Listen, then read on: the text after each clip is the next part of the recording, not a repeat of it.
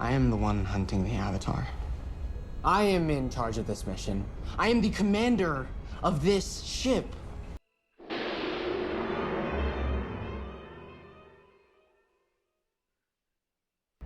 He doesn't know what's at stake. We can't let him come in and take it all away, not after everything we've been through.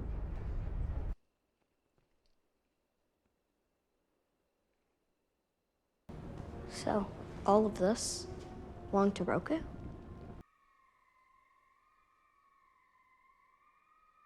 I said, it's a terrible plan. Anything you need. It has to do with Ko. Anything but that.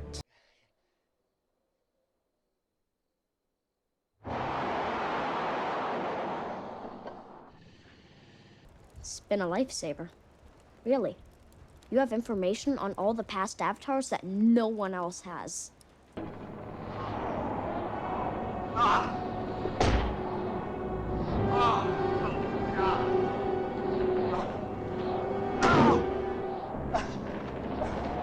Oh no! No!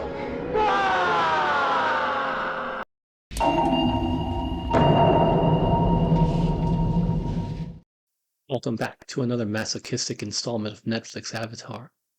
As the last episode ended on a cliffhanger, I was intending on making one video for both, but due to the length, I decided to split them up at the end of episode 5, so there is a little bit more coverage at the end of this video. With that said, let's soldier on. Episode 6, Masks. Stupid! Seriously, fuck off with these shitty titles. So we begin with a flashback, and I actually approve of the placement of this flashback. Iroh is helping Zuko prepare for his first War Council meeting and gives Zuko a word of advice. Open your fucking ears and shut your fucking mouth, which Zuko apparently takes to heart. Then we return to the present, and Zuko asks the Snow Monkey why they've changed course. The Snow Monkey tells them because they received new orders. Zuko asks by who, and then Admiral. Zhao steps up and says he did. I kill him. The new orders from Ozai gives him full charge in finding the Avatar. Of course, Zhao acts like a smug asshole, and Zuko responds like an entitled bitch being sent to his room without dessert. After watching this scene, I had to check to make sure I wasn't watching Mean Girls.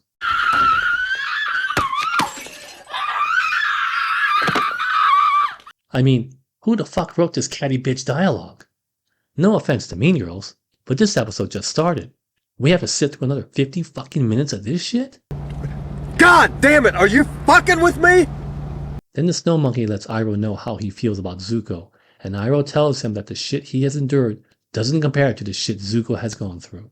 Well, boo fucking who? Anyway, Aang arrives at Roku's temple without any issues. What the hell? What the hell? What the fuck is going on there? In the previous episode, Monk Gyatso said it's dangerous because it's deep in the Fire Nation. Well, I guess that dead old fuck doesn't know what he's talking about because Aang got there as if he were making a run to a 7-Eleven. I mean, thank y'all. Come again. Oh, that's right. He's not going to Omashu, aka New Bombay, but to the Fire Nation. You go now. No trouble. The point is, if the Hooplehead riders are going to make it a cakewalk for Aang to get into the Fire Nation, why'd they even state it was dangerous in the first place? They just wrote a check. They knew their asses couldn't cash. Where did you learn your trade, you stupid fucking cunt, you idiot? So now, I have to introduce a source material. Aang's not going to Roku's temple to save the villagers from the spirit world. That's all bullshit. He already saved them when he realized the Heibai is the angered forest spirit. When he presents it an acorn, assuring it the forest will recover, the Heibai is no longer angry and leaves calm, and the villagers are returned. Problem solved, end of storyline. However, during the time he was solving the problem, he meets Roku's spirit guide and learns that Roku needs to talk to him. Aang goes to Roku's temple because on the solstice, the sun will shine on the statue of Roku, allowing them to talk. So as they enter the Fire Nation, they're met with a Fire Nation blockade, and it is here that we meet Commander Zhao for the first time. Of course, he isn't an incompetent officer patrolling the ass end of the world, but a legitimate, ambitious, and competent commander. Cut the engines and let them pass. Sir? Eventually, Team Avatar reach Roku's temple, and when Aang speaks to Roku, this is the time when Roku tells Aang about the Sozin's comet, and he must complete his Avatar training and stop Ozai before it arrives. This is a huge story episode for the show overall, and yet none of this was in the episode. These hoopleheads at Netflix change the show from being episodic to serialized, and they omit the most important story-driven aspect of the whole first season? What the fuck is going on there? Anyway, let's continue with this episode's narrative. Standing at the doorway of the temple, Aang hides, but then sees fire sages approaching. Then he steps out of hiding and presents himself as the Avatar, which they say, Yes, we know who you are! And attack him. After a short chase, a good fire sage saves him and takes him directly to Roku's temple, where he stands guard outside while Aang contacts Roku. So far, so stupid, but let's continue. The whole reason why he's come here is so he could ask Roku how to defeat Ko to save his friends and the villagers. Of course, he tells him it's some trinket he stole from him and Ko might be willing to trade for it. What? What the fuck are you talking about? Then back in the real world, Aang takes the trinket and leaves. So that's it? God damn it, are you fucking with me? However, outside the temple chamber, he sees the fire sages all paralyzed, and then we see June and Nyla. The paralyzer! Now, I'm sure everyone said the same thing when they saw this episode. How the fuck did she get to Roku's temple in the Fire Nation and back again? The answer? Girl boss mode activated. And that in itself is enough of an answer. Do we really need to know the details of how June and Nyla traveled from the Earth Nation across the sea and into the Fire Nation territory and back again? Of course not. That's useless detail. Logic and common sense is overrated, right? Yes. Anyway, Aang wakes up with June in some cave, and Zuko and Iroh arrive. Of course, Zuko is surprised because he's just an NPC in a woke DEI agenda-driven narrative. But we all see the blatant bullshit, all to the detriment of the show. Is that showing respect to the source material and creators? Get the fuck out of here. In a cart, Zuko and Iroh ferry Aang back to his ship. Aang pleads to be released to save his friends, but Zuko doesn't allow him to. Then as their conversation continues, you could smell a flashback brewing around the corner. Shit. Shit! So, we flash back to Zuko's first War Council meeting. At the beginning, he heeds Iroh's advice by keeping his mouth shut until Ozai asks for his opinion. When he gives it, Ozai strikes it down immediately as poor advice. Then one of the generals suggests a different tactic, and Zuko asks how will that division retreat, and the general states they won't. So Zuko inquires that they're going to sacrifice a division, and Ozai says yes. The general says he'll send in the 41st Division to be sacrificed because they are the greenest and the most expendable, and Ozai approves. Then as the meeting is finished, the general walks over to Zuko and whispers some comments that isn't wrong, but said in an extremely condescending tone. Then Zuko says to the room, "It's a bad plan." Of course, this pisses off Ozai, and he announces an Agni Kai. I'll fucking fuck you up! Back in the present, look at their cart ride. Don't you think if you had a very high-valued prisoner in custody, you'd show a little bit more haste? Instead, Zuko is driving as fast as a cart from Mr. Toad's Wild Ride at Disneyland. Fucking A. Fucking hell. Anyway, they get ambushed by Admiral Zhao, and Zuko has no choice but to hand him over. Then we see Aang chained up in Pohai Station, and he has a brief conversation with Admiral Zhao, which is relatively accurate. Then he addresses his troops, telling them they're going to celebrate. So as a wagon of wine is being brought into the fortress, we see a person underneath wearing a blue spirit mask. So of course, he infiltrates into the complex, through all the guards and checkpoints, and makes a beeline right to Aang's cell. Of all the locations that Aang could be locked up at, the blue spirit knows exactly where he's at. Who is this blue spirit, I wonder? Then he frees Aang, and they escape together. Him and Aang fight their way out, and the fight scenes gave me a flashback to another movie.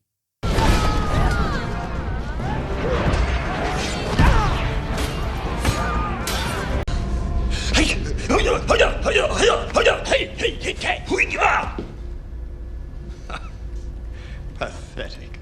They fight their way to the gate, and the blue spirit puts his swords on Aang's neck, forcing Admiral Zhao to let them go.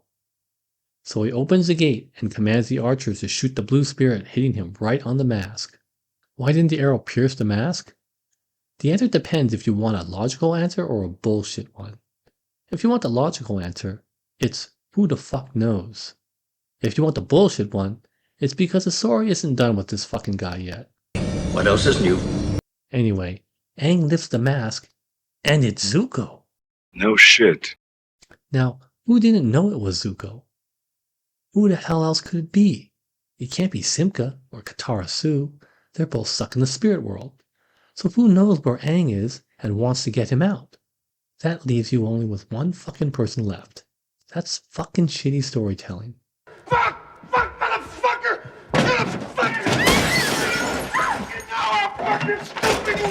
In the source material, the title of the episode was The Blue Spirit, unlike the generic and shitty title Masks. Giving the character the title of the episode, one of the things that comes to mind is this show is introducing a new character, which makes the reveal a legitimate surprise. Not a surprise like, Fucking hell. but more like, Fucking hell, it is. anyway, Aang hides with Zuko in some supply room. Now, why don't the guards search a nearby supply room? At this point, you should know better not to ask logical questions. Fucking hell. While lying low, Aang strikes a conversation talking about, of all things, Zuko's stupid notebook about past avatars. Get the fuck out of here. Anyway, the conversation that is supposed to be deep and meaningful is in reality as shallow as a rain puddle, until Aang talks about compassion, which pisses off Zuko and Aang knocks him out. Then we flash back to Zuko's Agni Kai, and we know the result of that. However, it's been changed. Zuko actually duels against Ozai, unlike the original, where he refuses to fight, which is the reason why Ozai banishes Zuko. Then Aang puts Zuko on a boat and pushes him off, and the two part ways. Back on Zuko's ship, Iroh patiently waits for him when the snow monkey asks to relieve him of his watch.